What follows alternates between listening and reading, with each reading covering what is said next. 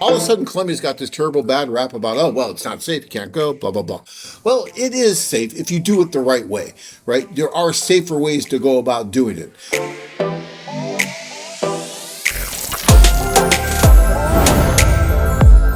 I'm sure many of you may have seen in the news about some of the issues that people that have been using the dating apps, and the Tinders of the world, those kind of sites, have been running into in Colombia. And unfortunately, there's been several deaths in that area. And it's not just Colombia.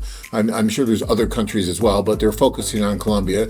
And, as always, the media is a little bit slow to the party because we've been talking about this now for quite some time. A year and a half ago or so, there was a gentleman that very same thing happened, where he went over, used an app and was lured somewhere and then drugged, and then unfortunately it's too much of the drug and died. And the sad thing about these apps is that no one really knows who that person is. Anyone can join these apps. It's not difficult to do. There's not a screening process. There's not personnel there to help you with the introduction or anything like that. It's a do-it-yourself process, right? You go over, you put in the information. Oh, this woman seems to be, very interested in me. I'm going to go meet her.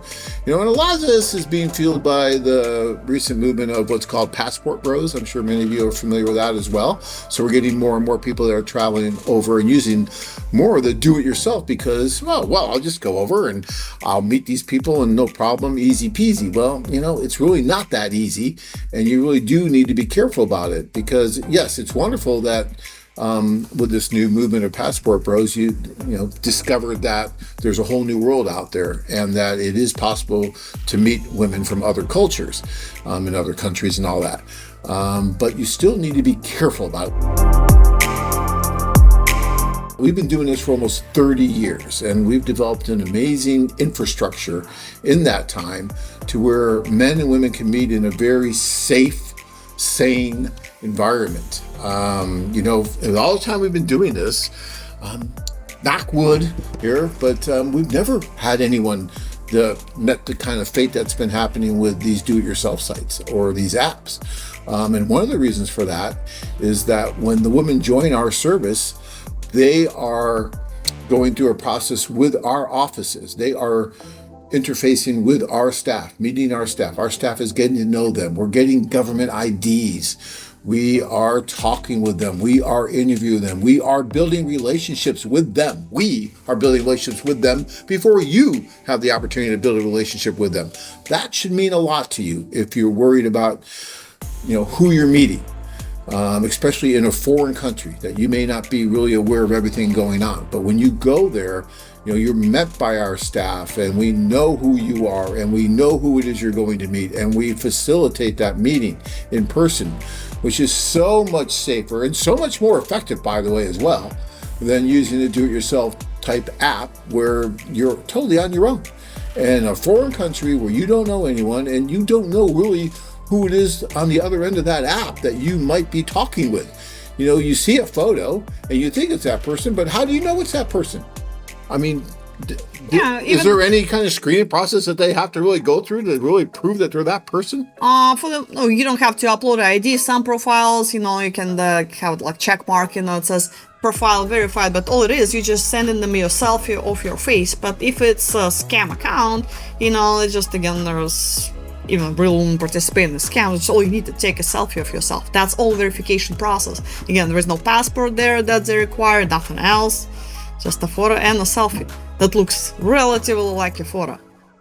Yeah, and so, guys, you go over, you think, even if you've had, maybe some kind of a correspondence or something going back and forth with this person, quote unquote, when you go to meet, you really don't know who it is you're meeting. It could be anyone, or this person could be involved with a criminal syndicate that's working to lure people like you to a country and then take advantage of you.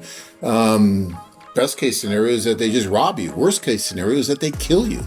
And according to the papers lately, they've had 8+ men that they think have been murdered in this way recently in Colombia. So now all of a sudden Colombia's got this terrible bad rap about, oh, well, it's not safe, you can't go, blah, blah, blah. Well, it is safe if you do it the right way, right? There are safer ways to go about doing it. look, anything can happen anywhere, even on our site. It's possible that anything could possibly happen. But the probabilities of something happening to you in this vein on our site are so much lower than on a do-it-yourself app, given all of the reasons I just stated. The fact that, we follow government regulations. We follow the IMBRA laws, which is the International Marriage Broker Regulation Act, which we are obliged to follow. Do-it-yourself apps have really, when that law was passed, they had great lobbyists that they were able to exclude themselves from that. So although they are assisting in introducing men and women from foreign countries, they are not required to do the things that we are required to do to help protect the women, and actually, as an extension of that, you in the process of meeting. And, and I've always, for any of you guys that know me, you've heard me talk about this countless times, how crazy I always thought it was that the big companies that have these huge websites and a lot of these do-it-yourself apps were able to exclude themselves from these safety precautions that were in this law because their argument was it's not their primary source of income. Their primary source of income is domestic dating. Thus, they should not have to give women information about their rights. They should be able to exchange contact information whenever they want without any prior conditions because it's not their primary source of income.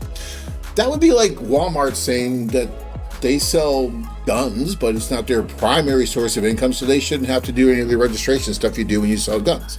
You see, it just doesn't make sense. Yet somehow they were able to do that. And now we're starting to see some of the results of that, because if they had the regulations and if they followed the same regulations that we did and did the things that we do and build the relationships like we do, you wouldn't see these kind of things happening, or at least it'd be a very, very smaller incidence of it. And so, I just wanted to come on tonight and talk about that a little bit, because it's so important to me that you understand the difference between a do-it-yourself app where you put in something and swipe left. Oh, yeah, this girl's great. Okay, I'll go meet her.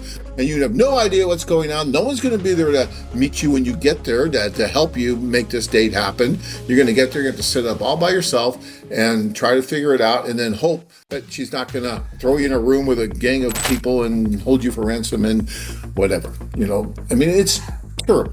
These are tragedies that are happening and they're avoidable. So if you're going to do it, all right, and look, we've been doing this for almost 30 years worldwide, not just in Colombia, but in Costa Rica and in Mexico and in Peru, in Latin America, and then also in Asia countries and in Eastern European countries. We do it safely. We do it sanely.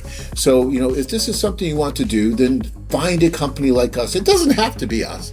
It should be us because we're the best, okay? It really should be us, but it doesn't have to be us, right? There may be one or two other companies out there, maybe, that come close at least to doing something that at least they're knowing who these women are that they might introduce you to, and they can help and make sure that you are meeting the right women and they know what's going on. So find someone, but just please don't go and just do a do-it-yourself app type thing. You might think, I'll save maybe $1 or $2. You might save $1 or $2, and it might cost you your life. So that's just not worth it, okay?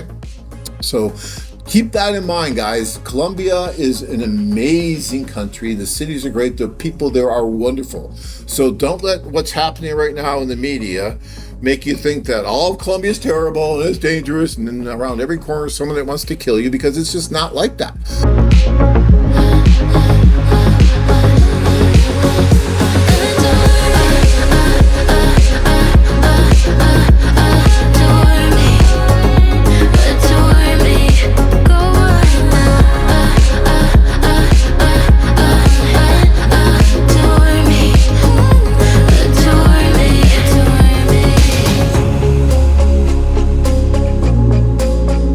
Searching for that one special woman to complete your life?